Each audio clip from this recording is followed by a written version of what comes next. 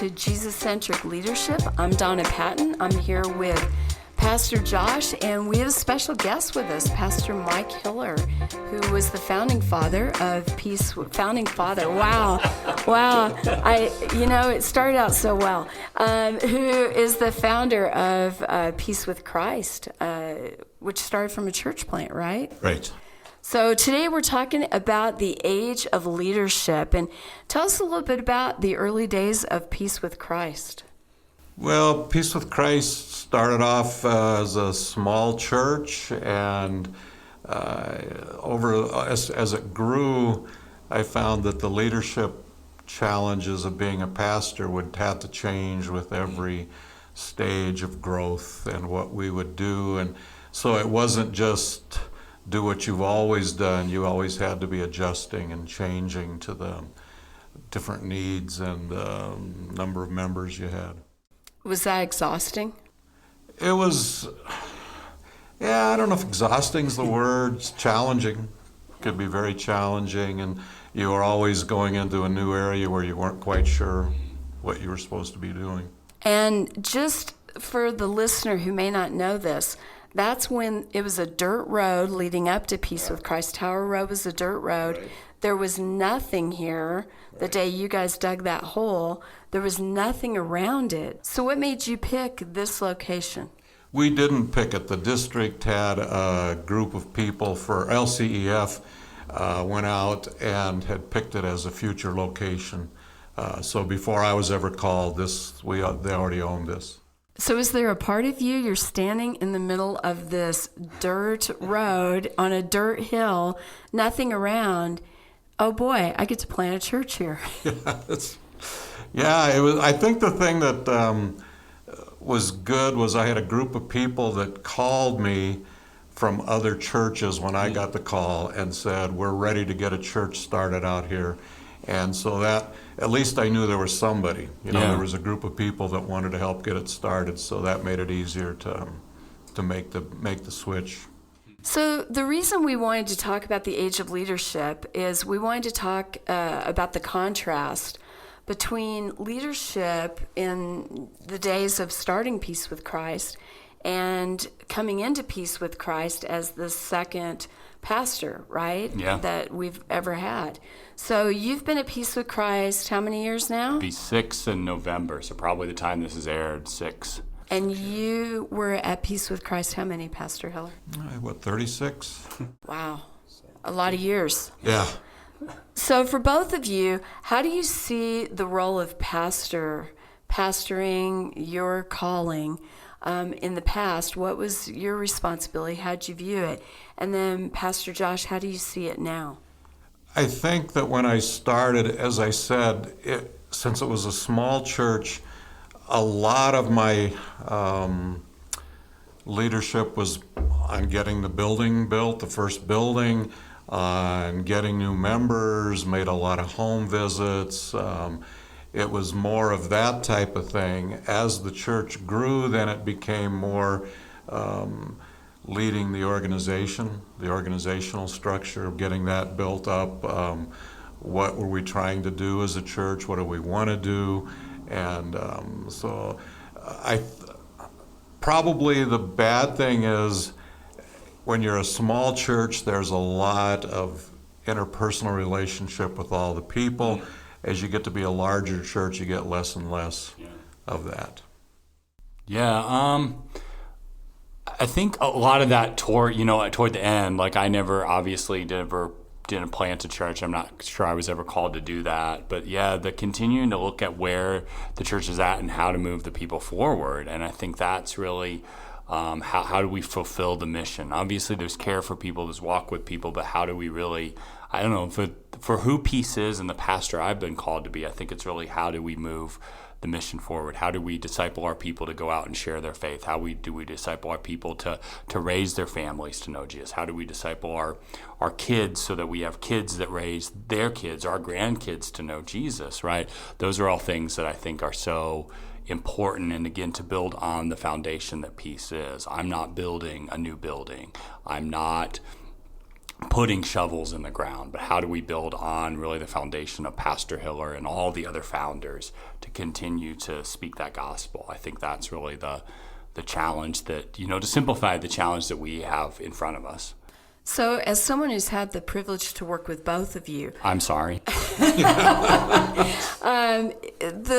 question I have, a word that you used is one that I heard a lot during your leadership: organization. How do we grow the organization?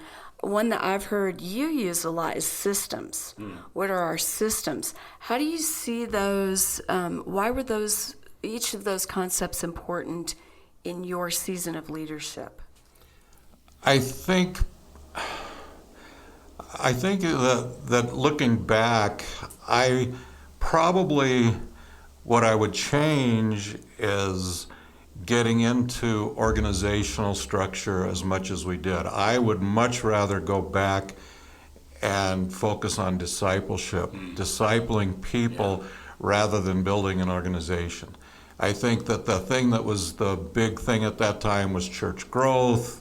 Got to be a part of that, and that had its place and time, and it was designed to lead people to Christ. But I think we put all the eggs in the basket of organizations doing this, and I would go back and say, no, it's you pour into the people, you make disciples who will make disciples. Yeah, and you've really impressed that on me and some of our conversations. I've heard you say if there was anything you could tell a pastor in seminary or who's new to the field, focus on discipleship. Yeah, pouring into the lives of people rather than just leading the organization. Yeah, the organization only goes as far as we disciple the people to go, because and that's part of the reason of this podcast. We want to disciple our leaders so that they can lead others. And there are, there's systems that need to undergird that, and we're always trying to work at, how do we have, I think really this is the goal for us when we say systems. How do we have the least amount of systems that don't get in the way of discipleship, but there still has to be some systems. We need to have ways of discipling people. Our leadership circles are in some ways a system, but there's systems to support the discipleship, not systems for the sake of systems. That'll kill us as a church. And not organization for the sake of organization, right? Keeping your eye on the ball of people knowing Jesus. Yeah. What tools in ministry today do you wish that you had, and Pastor Hiller, and which ones, Pastor Josh, that Pastor Hiller had, do you wish that you had? I'm actually gonna start with Pastor Josh on this one. And maybe he'll say kind of the opposite, but I'm going to say I think people that are removed from technology, right? I think we're far too integrated into technology. Like I had a small group member that they were talking that they're on their cell phone less than 3 hours a week. And I was like, wow, that's amazing. Like, I wish we had more people like that. Like, and I think that wasn't a problem. And so it's really, people aren't really a tool, but they're how we move our ministry forward. And I think our use of technology and entertainment, and I would say my generation's sometimes escaping into technology and entertainment, it does affect our ability to circle up and be equipped. It does affect our ability to do certain things that I think a church needs to. And so we do things like when we go on the church camp out and technology isn't as available, isn't as usable, we slow down and we're together and our kids are playing together, and it's just so refreshing. And I think, again, you can always look back at the days back before, I was growing up in the 90s, right, when peace was exploding. It was different. And I think there's some parts of that world that if we could get back to parts of it would be helpful. Yeah. Exactly. I think that is one of the biggest the biggest change I've seen in ministry. When I came to Peace, it was the days of paste and clip. I think if I wanted to get something out and communicate to students, I literally had to paste and clip and make this flyer that would go out that I typed. And to get students, I would sit on the phone on a Sunday afternoon and call students to see if they were coming to youth group. And now, social media and how we get this podcast out, the videos that we do leading up to it. I mean, it's beautiful and hard and very Yeah. distracting all at the same time. What would I like to have had? I think the ability to communicate as quickly as you can now. Right. It used to take a letter. You'd send a letter out, and you'd have to get it written and copied and all that, and that would take a while. Now you can do that.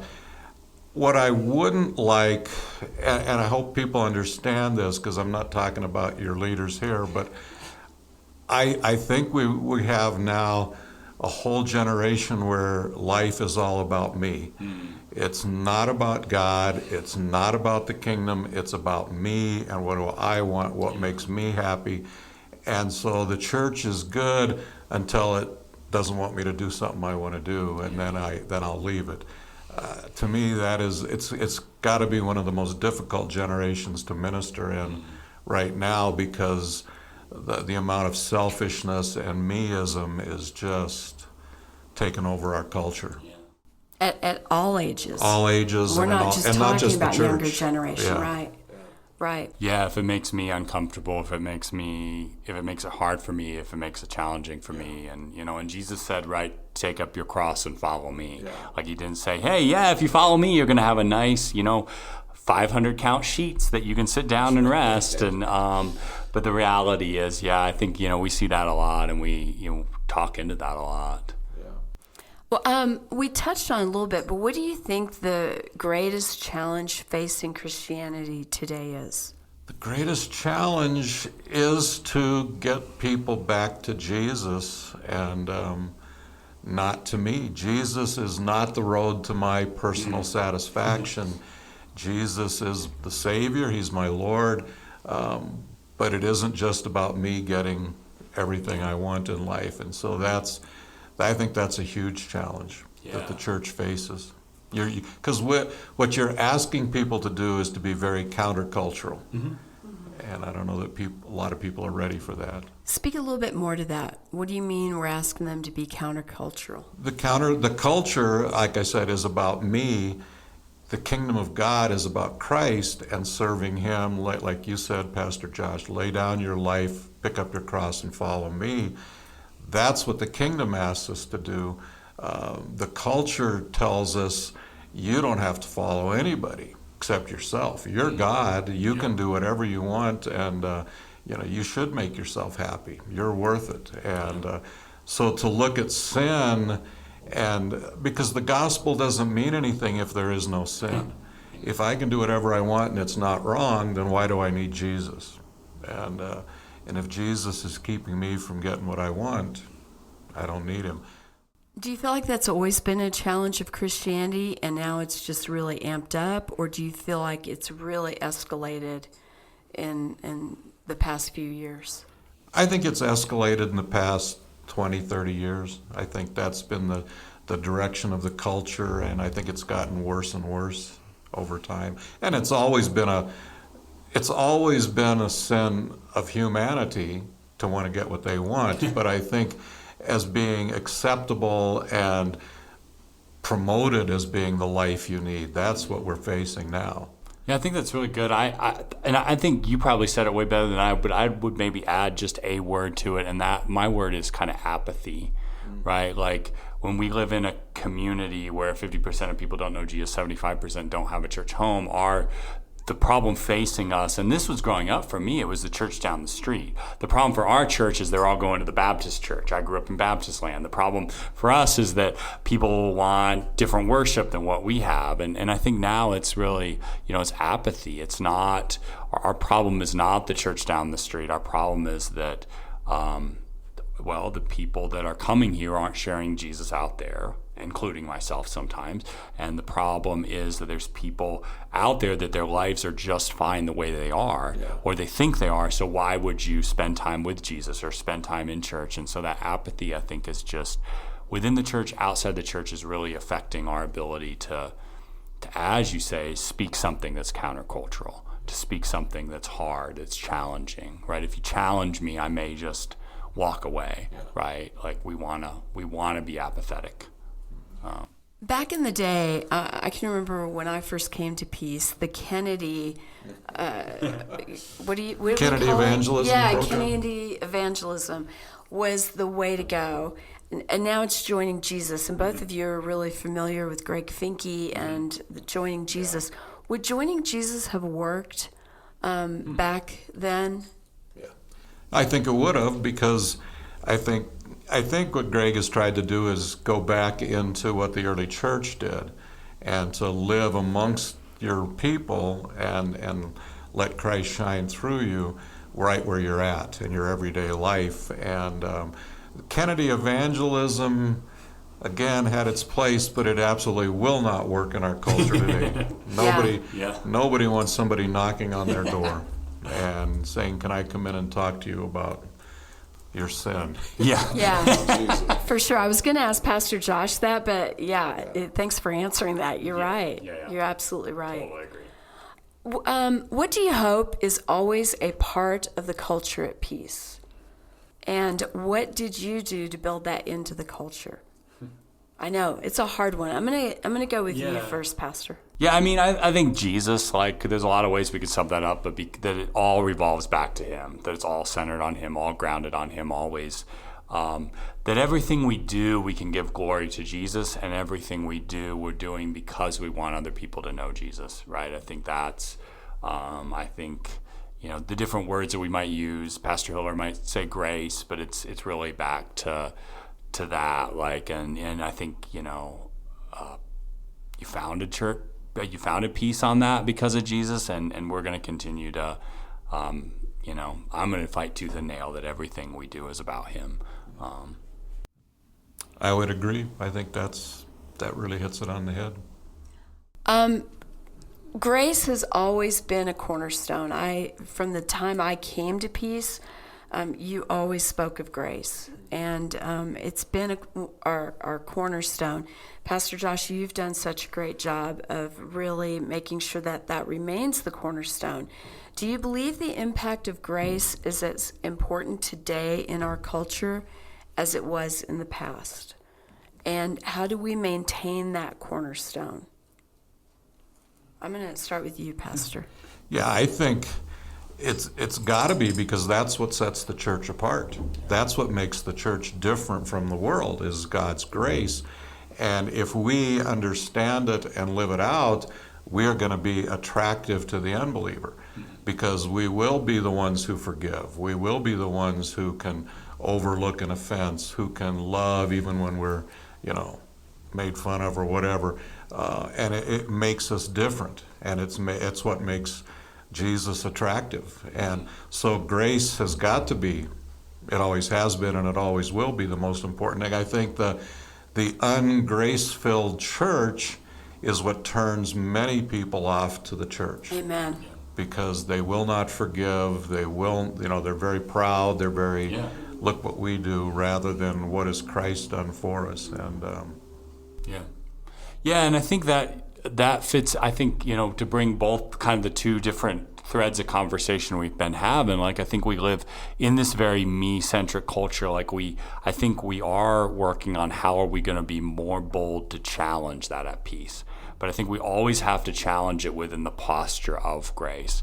Like, to let people know, like, I think about, some people that we have that are a part of church that are struggling with being re-engaging in church. Like, I had, a woman come up to me and said, it's hard for me to see you in a robe for early service when I came early because of my church baggage, right? How do we From a previous church. Yeah, from a previous church, of her baggage there, like, she comes to Modern, but how do we, yes, up the challenge of what it means to follow Christ, of what it means to move away from a me-centric ideology, but how do we do so with the foundation of grace, letting people know that your value isn't in how you're answering this call, or your value isn't in how you're coming in and doing things. Rather, your value is in God's grace, but yet, and I think that's going to be a challenge to walk those two, but I think that's the struggle that we get to walk, that law and gospel as Christians, to use very Lutheran language, right? But we need a challenge. But we need a challenge in order that grace might ring truer, right? I don't know that I'm a sick and I need grace unless I'm challenged in what it means to follow Christ. But it's hard in our culture at the same time. I think it's a little bit harder to challenge people. Do you agree with that? In the sense of? Like, we need to challenge people that grace is important, that they need to be sharing that grace, that they need grace. But so how do we do it in a culture that might be hard to challenge? Well, I think you have to show it. I don't think you can only talk about it. I think it has to be shown in how you welcome people, and how you, when a sinner comes to church, are they welcomed? Because do we all realize we're sinners, and We all fall we don't short. deserve to be here either. So, do we treat the sinner with respect, and yet do we also stand up against sin? That's a hard thing to do. But we're in a world where nobody wants to hear the word sin, but we have to stand up against sin and still show grace. Yeah.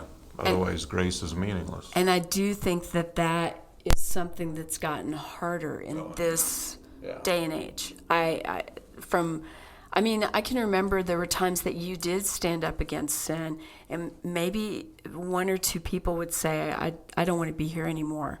Now I think it's really how do we do it, and to do it in a way that doesn't cause too much conviction, right? I don't know. Yeah, and I think, we've been building up to that for a while. I think in my leadership, been building up that to a while, and it goes back to, are we going to trust my thoughts and feelings about something or what God says? And then I think at the same time, like when we're challenging people, we have to understand and admit, and I'm going to keep admitting from the front that I'm not perfect at this, and I need to be challenged at this. And that's when we go back to grace. Like, the reason ultimately that we're challenging people in how they're living is so they can sink deeper into grace. It's not so that we can be a judgmental, hypocritical people, but that we challenge each other in how we're following God so we can sink deeper and deeper into God's grace. And that challenge can only come from relationship, the time and building up. Yeah. Right. In closing, I've got 2 closing questions for you guys. This is Jesus-Centric Leadership, so it's how we raise up our leaders, how we pour into them. One of the ways. If you could say anything to our leaders, what would you love to say to them? I would say, be into the Word, spend time studying, spend time with other believers around the Word. I think that's just so important. I think there's so many other influences out there that take up so much of our time. And I think it leads to a lot of fear and anxiety in people, because we spend all our time on the problems rather than on the promises that God gives us. And your comment earlier about the individual who's on social media only 3 hours a week, but what if that was time in the Word and time in prayer and time really growing? Yeah, that's what it was interesting. That's what he said. He's like, I got to get my Bible app up to the top app. It's because I thought that was really good. And even and I think that's a reality that we've never arrived, right? Let's have a posture that we've never arrived, right? Great, you've got your down to 3 hours. He wants to get that number down. He wants to get his Bible app to the top. Let's never arrive. And I think some of that means let's sit at the table and struggle with each other. You could disagree with some of it. Let's sit at the table. Let's struggle together, because it's only struggling together that's going to help us follow Jesus better. Not be comfortable. We're not called to be comfortable. We're called to struggle together to follow Jesus. So what do you want to say to each other? You asked this question at my installation. You get taken away and we're never going to see you again. What are your parting words? What would your parting words be to Pastor Josh? Oh, I think you're doing a great job. I think you just keep going down that path. I think like I said, I think if you spend your time, the majority of your time, on creating relationships, discipleship, and that's what this is all about, I think you will have so much more joy in your ministry than in organizational things. Yeah. Amen. That's the dream, right? Yeah. Right. Yeah, right. the goal. I mean, I just thank you. Like we're building on your foundation. Like everything we do at Peace is around the grace you built in, the passion, the desire for outreach. Like the culture of Peace shines clearly through here, and it's a culture that I'm proud to be a part of and proud to continue to move into the future. And so thank you for that. I think for me, it's cool to see how God gave you guys a friendship. It's almost like a Paul and a Timothy, right? Like you carved the way, and what God's now calling you to take on and to do. And it's very cool to see the consistency of the love for Jesus and the desire to continue to build off that grace. And it's exciting to think about the days ahead and what God's going to do. I just want you to know, Josh, that if you ever do something I don't like, I will find another church. Okay, that sounds good. Thanks, I appreciate that. And as we wrap this up, we're gonna go off air and talk about why you both loved working with me so much, and how that inspired that's a stretch. you. No. It's a short conversation. Wow, I don't know why I'm laughing. All right, thank you so much for joining us, and thank you, Pastor Hiller, for being here today. And we will see you on the next Jesus-Centric Leadership.